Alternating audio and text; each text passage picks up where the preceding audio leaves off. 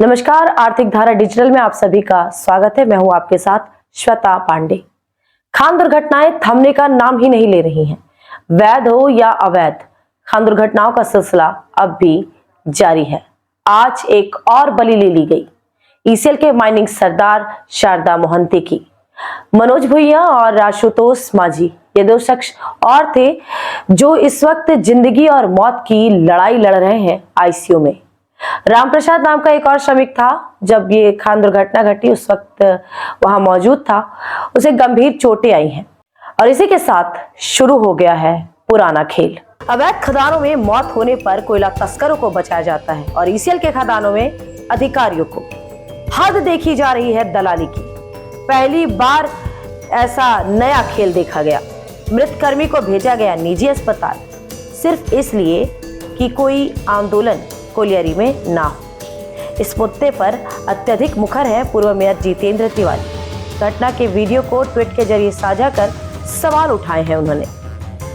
JBCCI सदस्य सह HMS के अध्यक्ष एसके पांडे ने घटना पर रोष जताया है और उन्होंने कहा कि ये पहली बार हुआ है कि शव अस्पताल गया। दोनों के निशाने पर केकेएससी के महासचिव सह विधायक हरे राम सिंह रहे।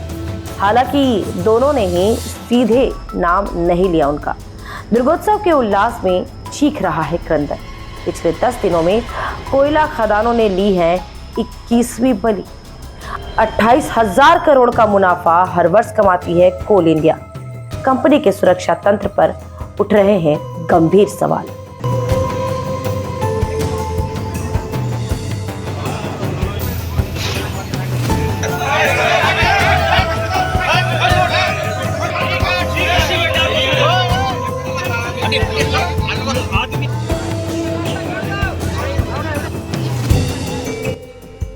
काजोड़ा क्षेत्र में उत्पादनरत है बहुला कोलियरी।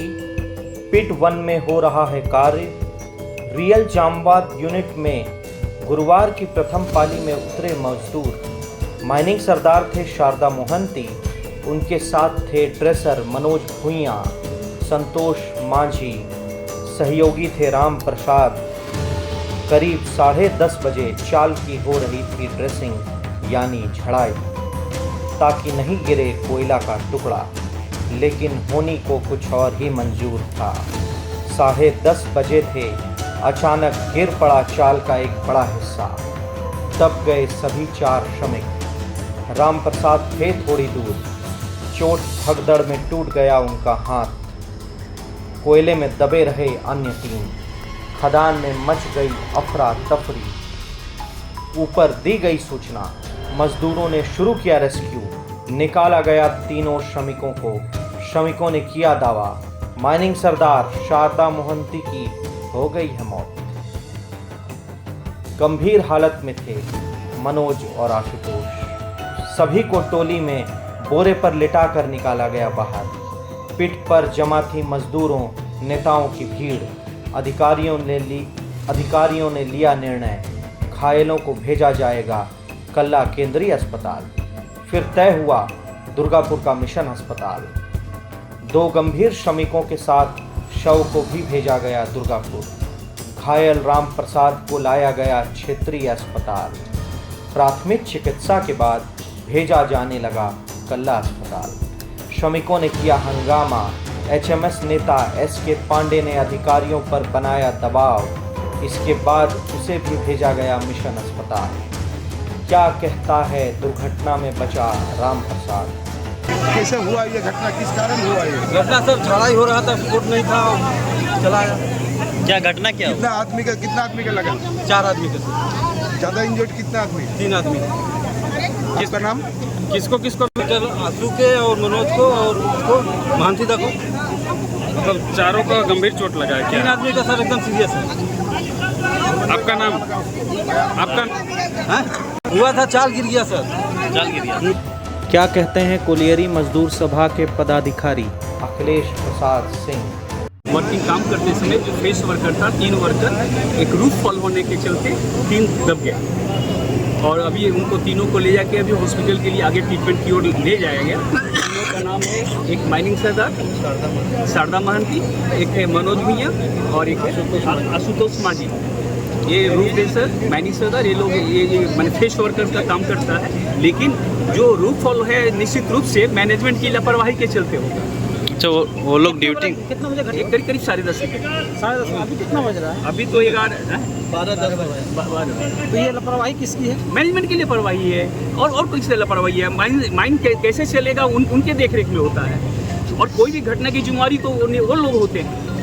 वहाँ मैनेजर का कल ही 2 दिन पहले माइंस विजिट हुआ है सेफ्टी कमेटी, और सेफ्टी कमेटी विजिट के दौरान भी कहा है कि एक प्रोसेस है इनका काम करने के लिए, जो रूफ का क्लियर करते हैं कोयला निकालने के लिए, वो पीछे आगे से करते हुए पीछे की ओर भागते हैं, और ये लोग आगे से करते हुए पूरा आगे मैंने पीछे से करते हुए आगे की ओर भाग रहा है। ये निश्चित रूप से एक लैप्सेस है, लैप्सेस के चलते इतना बड़ा एक्सीडेंट। और अभी सबसे बड़ा हादसा है कि इतना बड़ा हादसा होने के बाद यहाँ स्टेशन नहीं है, 1.5-2 घंटा के भीतर स्टेशन नहीं मंगाया।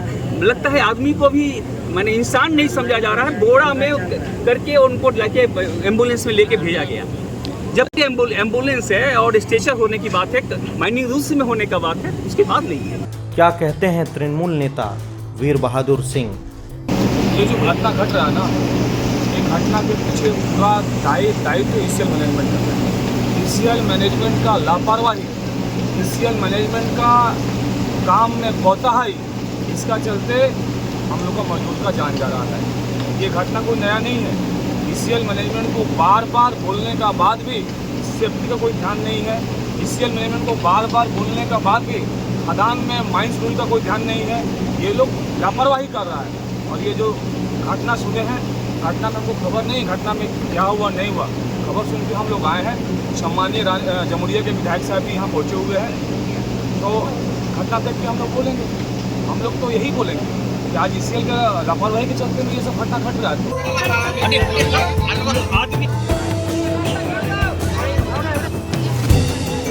इस घटना के बाद कोलियरी परिसर में अफरा तफरी मच गई। शव और तीनों घायलों को दुर्गापुर भेज दिया गया और कोलियरी में सन्नाटा छा गया। श्रमिक लगातार आरोप लगा रहे हैं प्रबंधन पर।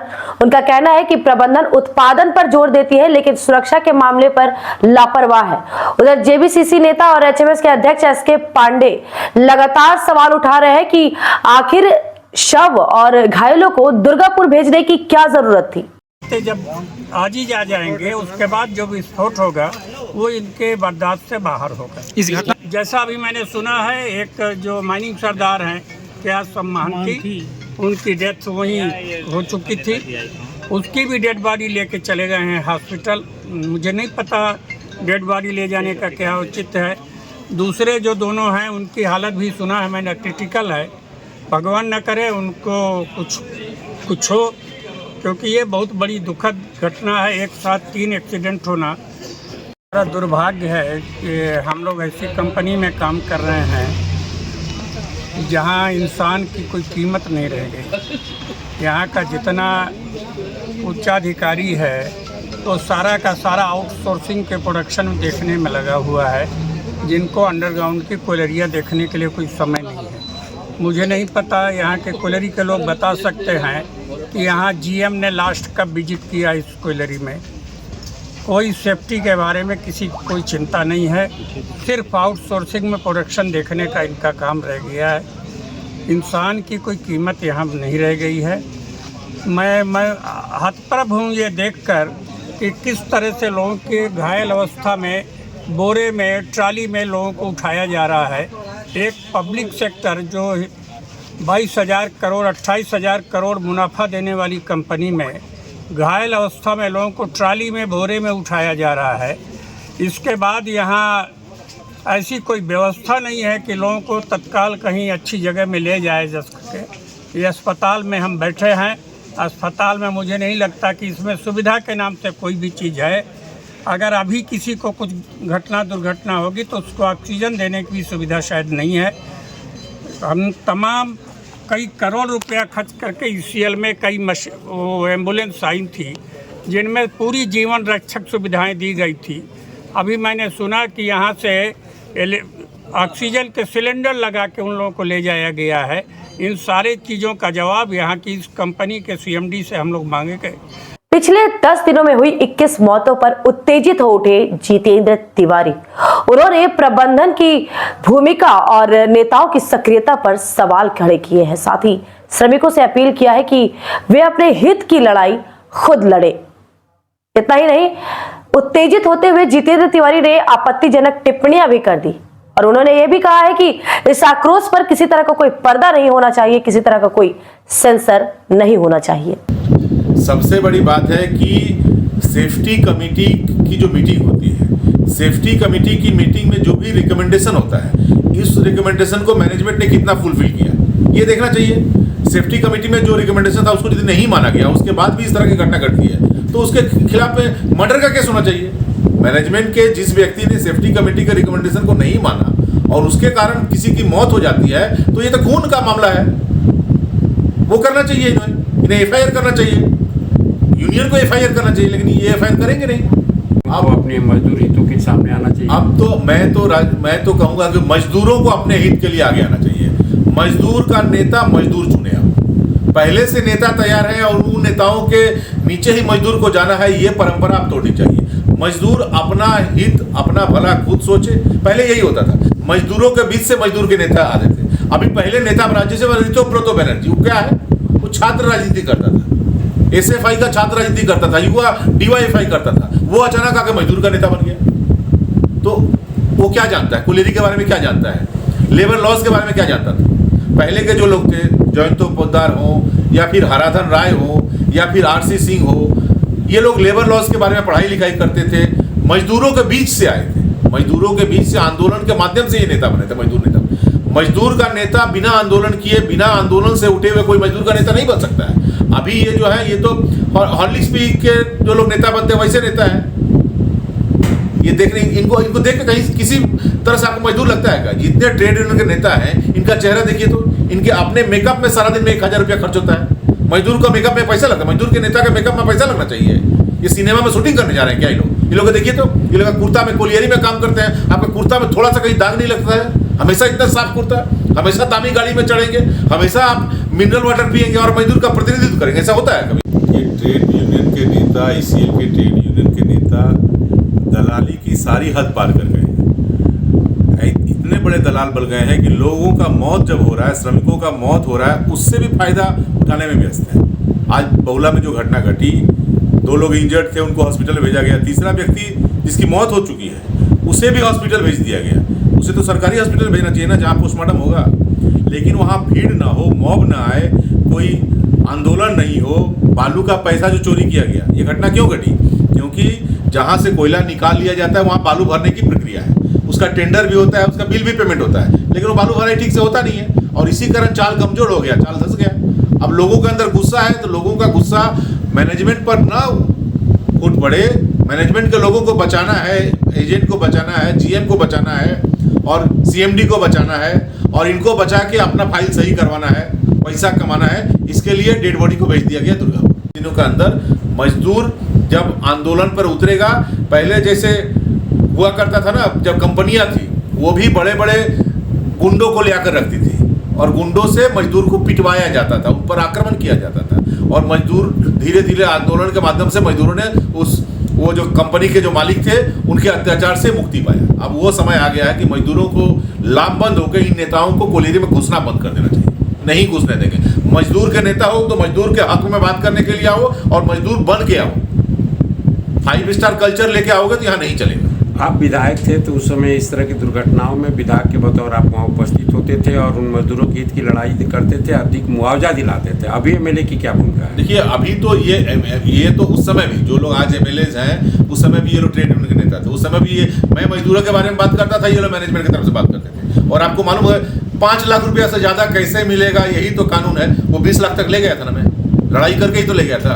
और वो तो ईसीएल जो देती थी उसके बाद अलग से मैनेजमेंट भी पैसे की व्यवस्था करता था। लेकिन आज सब कुछ बंद हो गया। अभी क्या होगा जानते हैं? वो आएगा, डेड बॉडी आएगा, उनके नेगोशिएशन हो जाएगा कि 24 घंटा में नौकरी मिलना चाहिए। जो पहले से सिद्धांत ऑलरेडी लिया हुआ है, जो डिसाइडेड फैक्ट्स है, उसी के आधार पर ये ले जाएंगे। नया ये लोग कुछ नहीं मांगेंगे, नया कुछ मांगने की इनकी हिम्मत ही नहीं है, क्योंकि इनको तो उससे मतलब नहीं, इनको तो अपना पैसा कमाना है। अपना इसी मौका में बोलेंगे साहब मेरा 2-4 को फाइल था वो सही कर दीजिए, 4 को किससे प्रमोशन के लिए पैसा लेकर बैठे हो वो करवा लेंगे, किसी को अंडरग्राउंड से सरफेस लाना है उसके लिए 2-4 आदमी से पैसा लेकर बैठे हो, इसी मौका में वो सब काम करा लेंगे। और मैनेजमेंट भी जानता है कि कुत्ते को जैसे दे दिया जाता है टुकड़ा, कुत्ते का मांस के सामने मांस का टुकड़ा फेंक दो, वो कुत्ता उसी में मस्त रहेगा।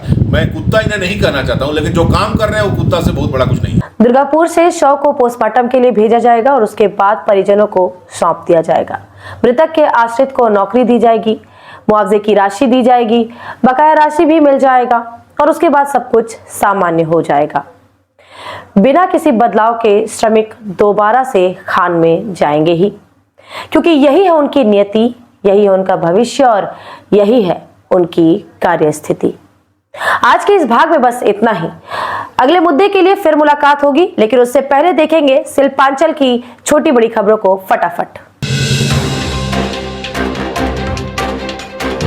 निरसा इलाके के तितुलिया मोड़ स्थित तितुलिया कोक प्लांट के संचालक पर ठेकेदार की हत्या का आरोप। घर से कोयला भट्टा जाने की बात बोलकर निकला था मृतक मुख्तार अंसारी।